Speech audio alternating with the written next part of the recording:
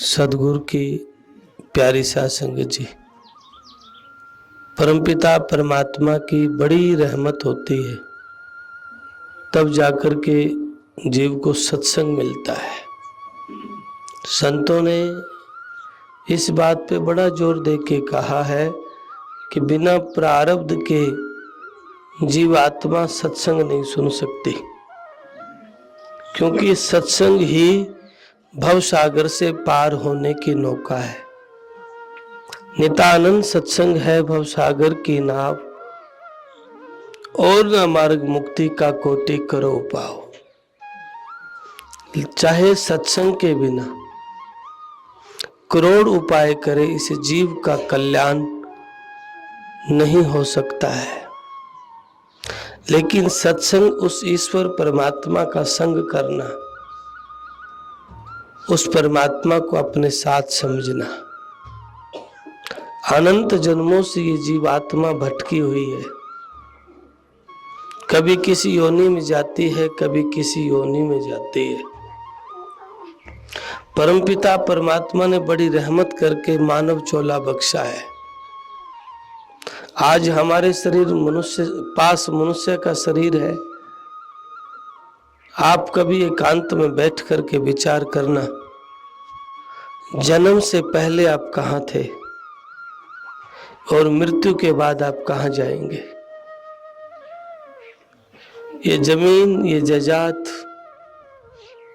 ये दौलत तो आपके साथ नहीं जाएगी। ये कोठी बंगले आपके काम नहीं आएंगे। आत्मा अकेली जाती है, शरीर को भी छोड़ देगी। अभी विचार करना, जब शरीर भी आत्मा छोड़ देती है, इसको थोड़ी देर, आत्मा का हिमाती कौन होगा, इस आत्मा का साथी कौन होगा। अनंत जन्मों से भटका हुआ मानव जीवन पाकर के इस मनुष्य शरीर के लिए बड़े भाग मानस तन पावा, देव दुर्लभ शिव ग्रंथन गावा। वाणी में लिखा है कि देवताओं को दुर्लभ है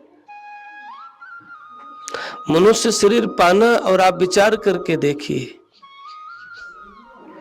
दूर न जान अपना गांव कितने वर्षों से है, लेकिन आप 20, 30, 50 साल के, 70 साल के होंगे। गांव काफी वर्षों से है, लेकिन आप नहीं।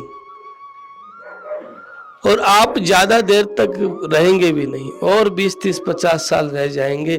आखिर तो जाना पड़ेगा, और दोबारा ये आंगन, ये द्वार, ये परिवार कभी नहीं मिलता किसी को।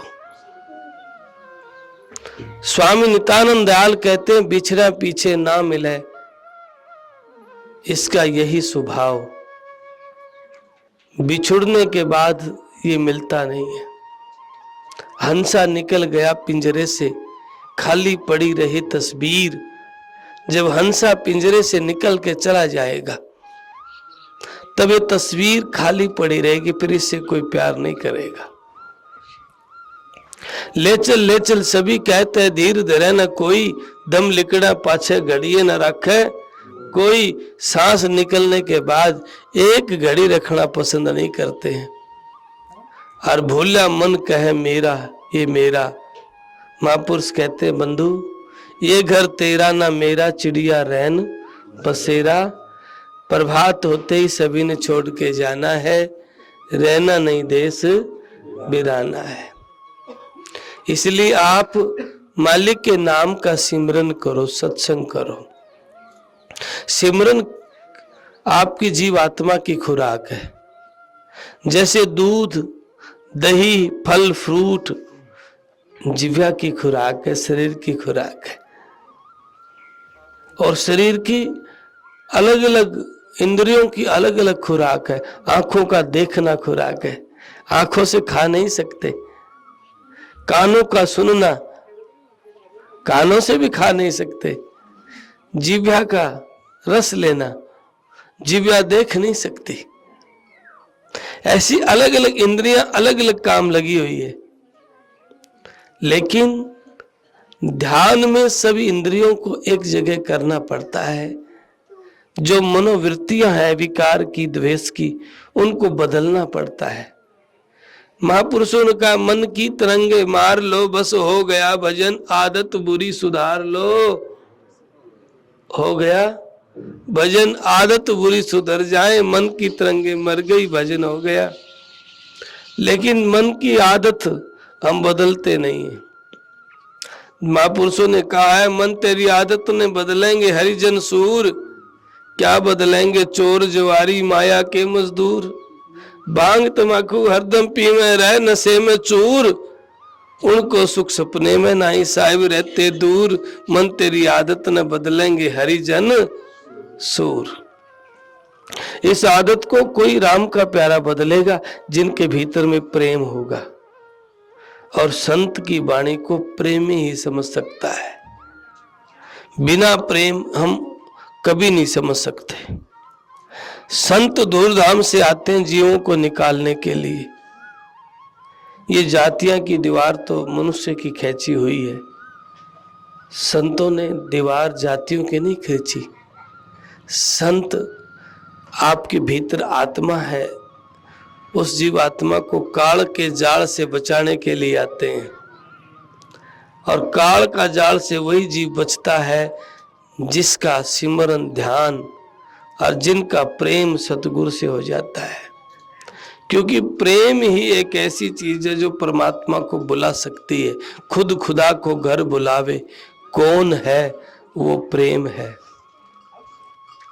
दुर्योधन घर मेवा त्यागी, दुर्योधन घर मेवा त्यागी, साग विदुर घर खायो, खुद खुदा को घर बुलावे कौन है वो प्रेम। दुर्योधन के 36 प्रकार के व्यंजन को छोड़ दिया और बिना नमक का साग विदुर घर खाया, ये प्रेम था। प्रेम से परमात्मा को पाया जा सकता है। अगर मन के अंतःकरण में दोष है और ऊपर से लिबास लटा बधाई हैं, कपड़े लाल पीले काले सफेद पहने हैं, मालाएं पहनी हैं, तिलक बड़ा लगाया है, क्या इस लिबास में परमात्मा मिल जाएगा? संतों ने कहा, बाणा बदलो 100 बार और बदले बाण तो बेड़ा पार। हम क्या करते हैं, लिबास बदलते हैं, बाण नहीं बदलते, आदत नहीं बदलते। और आदत बदलेंगे तो मन लग जाएगा हरि की भक्ति में, और मन लग जाएगा तो काल का जाल तय जीव बच जाएगा। नहीं तो काल का जाल से ये जीव बचता नहीं है। कभी किसी योनि में जाता है, कभी किसी योनि में जाता है। बार बार ये दे नहीं और दे घनी, नितानंदी सिद्धे में सुमरो राम धनी, के बार बार ये शरीर नहीं और शरीर बहुत आएंगे।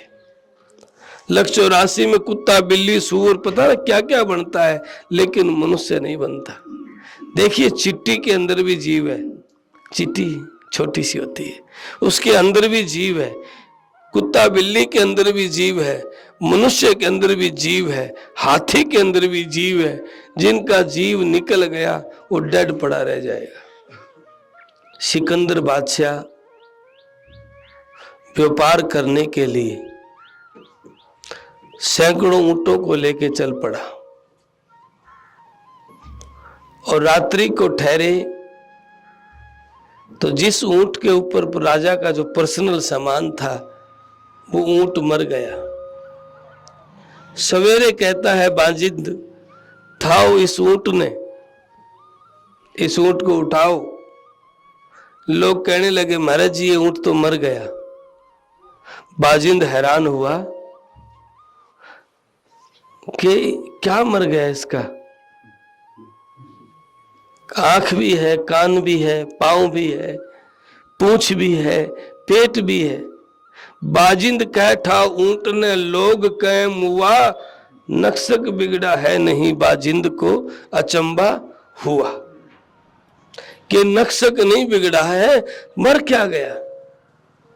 तो लोगों ने कहा महाराज इसके अंदर जो आत्मा थी वो चली गई है। बोला अच्छा, फिर तो आत्मा हमारी भी जाएगी। बोला आत्मा तो आपकी भी जाएगी। उसी वक्त वाजिंद वैरागी हो गया। हम आते हैं मालिक का सिमरन करने के लिए, क्योंकि मालिक ने मौका दिया मानव जीवन का, लेकिन कर क्या रहे हैं? जिस योनि से आए हैं हम वही काम यहाँ कर रहे हैं। झगड़े भी, कलेश भी। कोई कोई उज्जवल योनि से आता है, वो कमाई करता है, शील समा संतोष। छोटे छोटे बच्चे पैदा होते हैं, जब 1-2 साल के होते हैं ना, उनके स्वभाव आप देखिए कैसे होते हैं। किसी का कोमल, सहज, सरल, कोई उग्र स्वभाव का, उसने संसार देखा भी नहीं है, लेकिन पैदा होते ही उस बच्चे के अंदर वो गुण है, क्योंकि वो अनंत जन्मों से लेके आते हैं। व्यक्ति के साथ जमीन जायदाद डिग्रियां नहीं जाती, शरीर भी नहीं जाता, व्यक्ति के साथ कर्म जाता है। धृतराष्ट्र ने भगवान श्री कृष्ण से पूछा, भगवान मैं 100 जन्मों की जानता हूं, मैंने ऐसा कोई कर्म नहीं किया जिससे मुझे अंधा होना पड़ा। भगवान श्री कृष्ण ने कहा, हे राजन, 108वें जन्म पे विचार करके देखो, आपने एक पक्षी की आंख फोड़ी थी।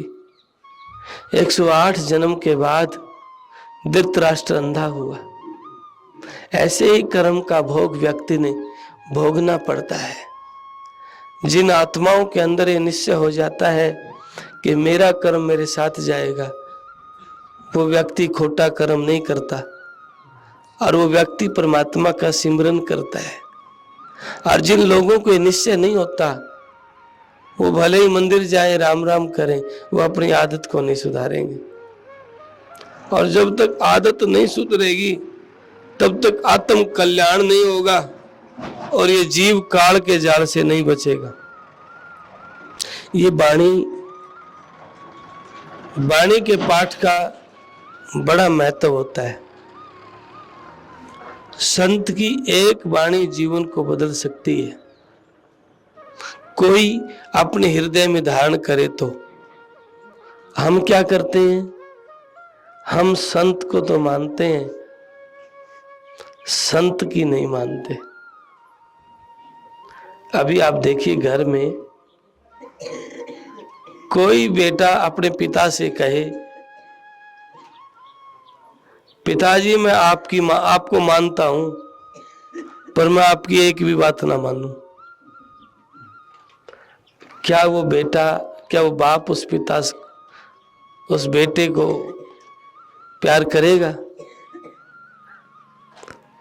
जो बेटा कहे कि पिताजी मैं आपकी नहीं मानता, आपको मानता हूं बस, क्या वो घर चल पड़ेगा? क्या उस घर में सुख शांति आ जाएगी? जब बाप की मानेगा नहीं, बाप कुछ करेगा, बेटा कुछ करेगा, तो झगड़े होंगे। ऐसे ही हम संतों को मानते हैं, पर संत की नहीं मानते। इसलिए जन्म जन्म के झगड़े मिटते नहीं है, जन्म जन्म का रोना मिटता नहीं है। इस वाणी के अंदर बड़ा प्रभाव होता है। एक समय की बात, एम्स हॉस्पिटल है दिल्ली में। दिल्ली का एक डॉक्टर था, उसको ब्रेन ट्यूमर हो गई, और उनकी घरवाली भी डॉक्टर थी, बड़ी डॉक्टर थी। उन्होंने एम्स में इलाज किया सारा, क्योंकि एम्स के डॉक्टर थे, और हिंदुस्तान का सबसे बड़ा हॉस्पिटल है, ऑल इंडिया एम्स जिसको कहते हैं। दोनों डॉक्टर हैं, इलाज करवाया, इलाज नहीं हुआ। सभी इलाज करवा करके थक गए। लास्ट में उस डॉक्टर के घरवाले ने कहा कि हमने सभी इलाज करवाए हैं, लेकिन इलाज हुआ नहीं है, पर एक इलाज है जो हमने नहीं करवाया। डॉक्टर साहब हैरान हुए, सभी तो करवाए, क्या है? तो उसने कहा कि नानक साहब कहते हैं सर्व रोग की औखद नाम, कि सारे रोगों की दवा नाम है। हमने नाम सिमरन नहीं किया। चलो हम कुछ ज्यादा नहीं कर सकते तो वाणी का पाठ करवा सकते हैं। तो उस व्यक्ति ने कहा, डॉक्टर ने कहा ऐसा कुछ नहीं होता, ये तो कहने की बातें हैं, भला इससे क्या होगा पाठ करने से। वो डॉक्टर की घरवाली कहने लगी, नहीं एक बार तो करते ही हैं। पाठ शुरू किया गया और जो पाठी था उसने कहा कि एक स्पीकर डॉक्टर साहब के कमरे में लगा दो, जिसमें साइलेंट मीठी मीठी आवाज आती रहेगी, और डॉक्टर साहब को कहो कि पूरा ध्यान पाठ में रखें।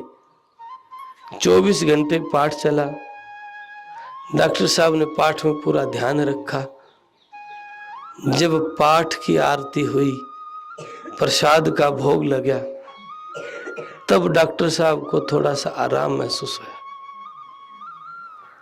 आराम महसूस हुआ तो यकीन बना भीतर में। तो पाठी बुलाए, आग्रह किया कि दोबारा पाठ शुरू करो। दोबारा पाठ किया कोई टाइम रख के, और डॉक्टर साहब ने वो पूरा ग्रंथ कैसेट में रिकॉर्ड कर लिया। पहले रील वाली कैसेट होती थी, कैसेट में रिकॉर्ड किया। तो वो डॉक्टर रोज अपने घर में पाठ सुने। बताते हैं जो 65वां ग्रंथ का भोग लगा उसके घर में, कैसेट में 65वां ग्रंथ का जो भोग लगा, डॉक्टर साहब को शरीर में ऐसा महसूस हुआ कोई चीज एकदम ठीक हो गई है। और जब जाकर के मेडिकल में चेक करवाया तो ब्रेन ट्यूमर नहीं पाया। यह घटना डॉक्टर साहब ने पंजाब केसरी अखबार में दी थी 20-25 साल पहले। तो पाठ का प्रभाव बहुत होता है, लेकिन 2-3 बातों का बड़ा ध्यान रखना होता है पाठ में। जो पाठी पाठ करते हैं उनको बहुत ज्यादा लाभ होता है। अगर वे पाठी ईमानदारी से, पवित्रता से,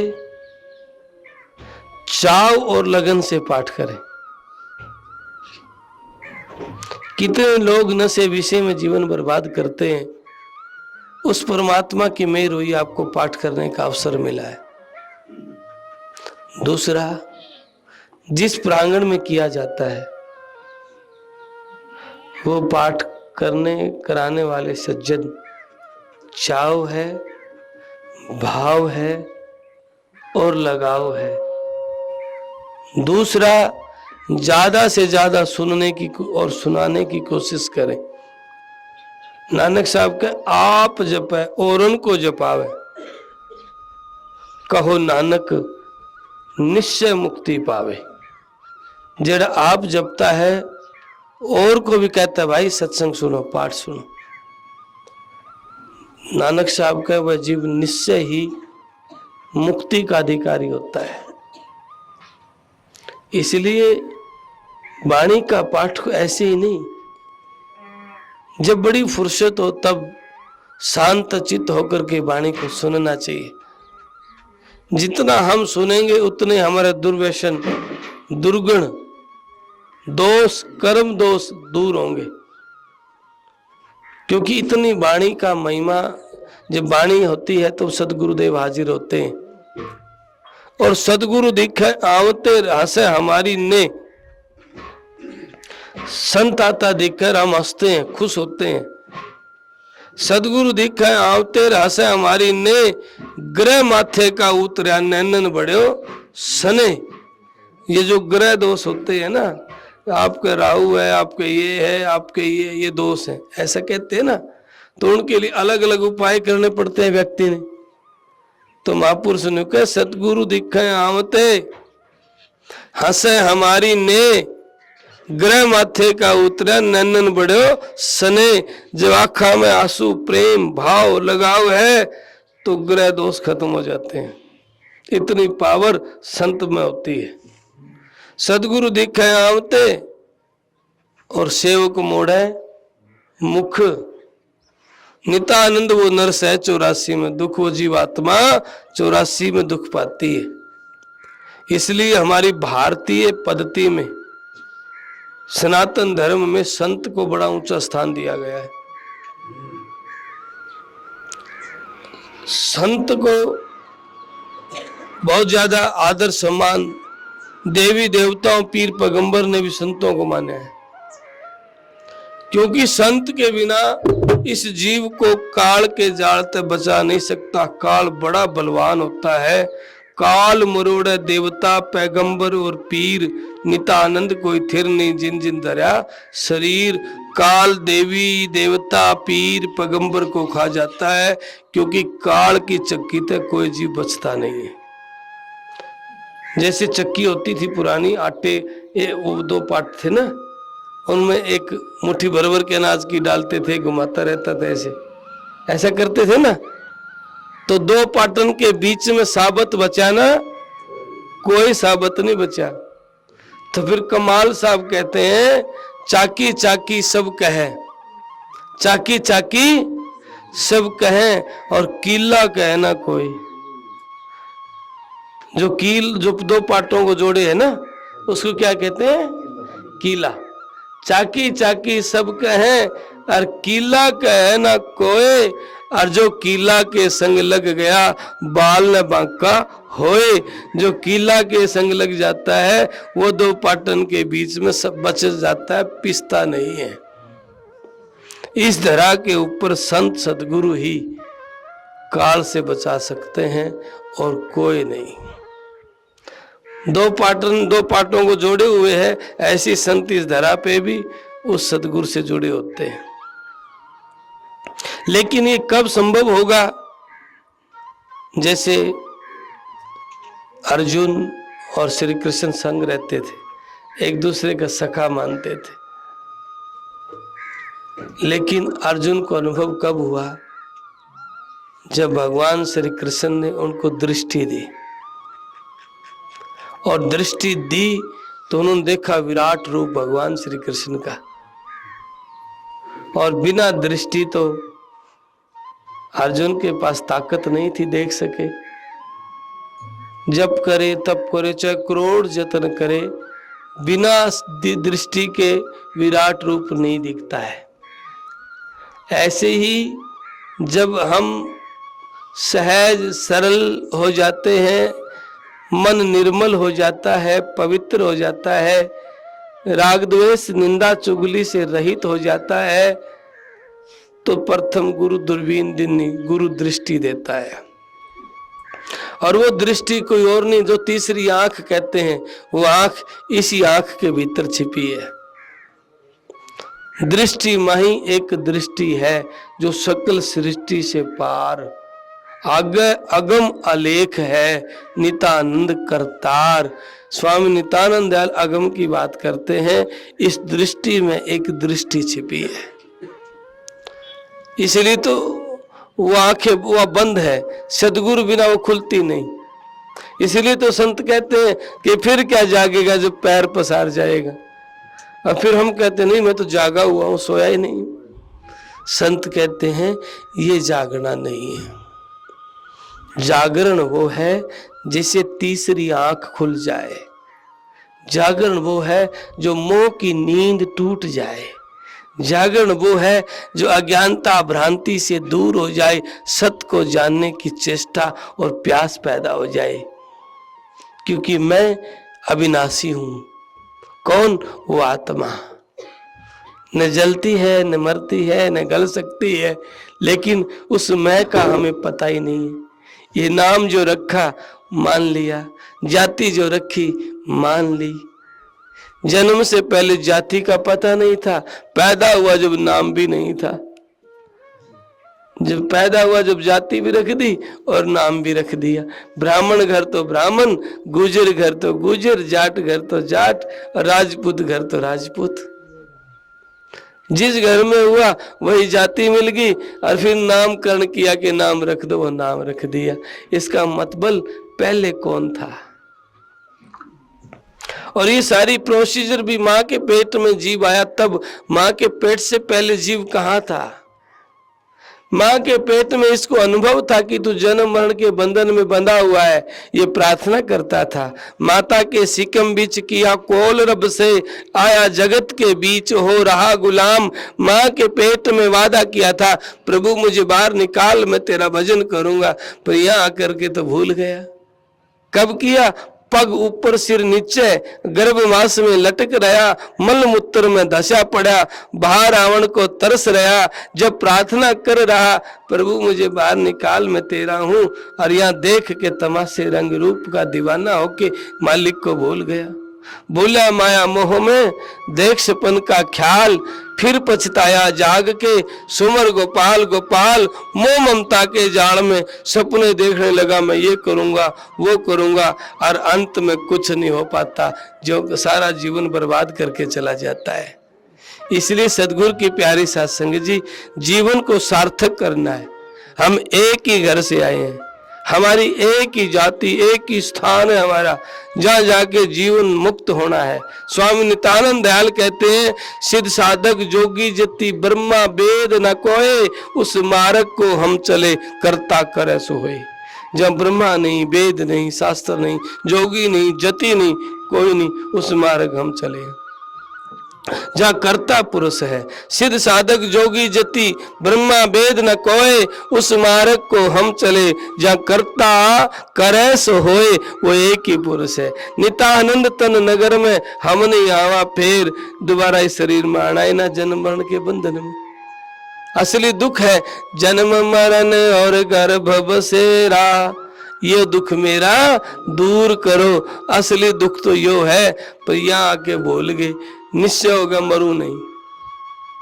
ये मन में मान लिया मरू नहीं, वृद्ध ना हूं, सारे काम होंगे, बुढ़ापा भी आएगा, मरे भीगा, शरीर भी छोड़ देगा, जाएगा भी। इसलिए फिर आपके पल्ले क्या है? पंजाबी का शब्द पल्ले यानी पास। आपके पास क्या है?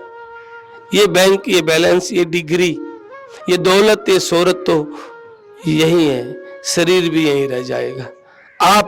आप या तो मालिक का सिमरन करो ताकि काल के जाल से बच जाएं, या नेक कर्म कर लो ताकि अच्छा जन्म हो जाए। नहीं तो फिर संत कहें, एक बच्चा पेपर में बैठा है, पूरे साल पढ़ा नहीं, अब पेपर में बैठ कर रोने लग जाए तो पेपर हो जाएगा? तो पेपर नहीं होगा ना। तो हम ऐसे सोचते नहीं, फिर बुढ़ापा में भजन कर लेंगे। महाराज अंत समय को रोना काम, अभी श्वास श्वास संभारिए, नित्यानंद हरि नाम कर ले सामा रहा का, बहुत दूर वो गाम। श्वास श्वास में मालिक के नाम का सिमरण करना चाहिए, वह पूंजी आपकी है, और उस पूंजी से आप जग को त्यार सकते हो, आपके परिवार को पार कर सकते हो। वह ताकत नाम में होती है। जितनी देर आपने संत वाणी सुनी, यह पूंजी तेरे लेखे में लिखी जाएगी। कबीर साहब के लेखे में वोगड़ी जादी नावे याद।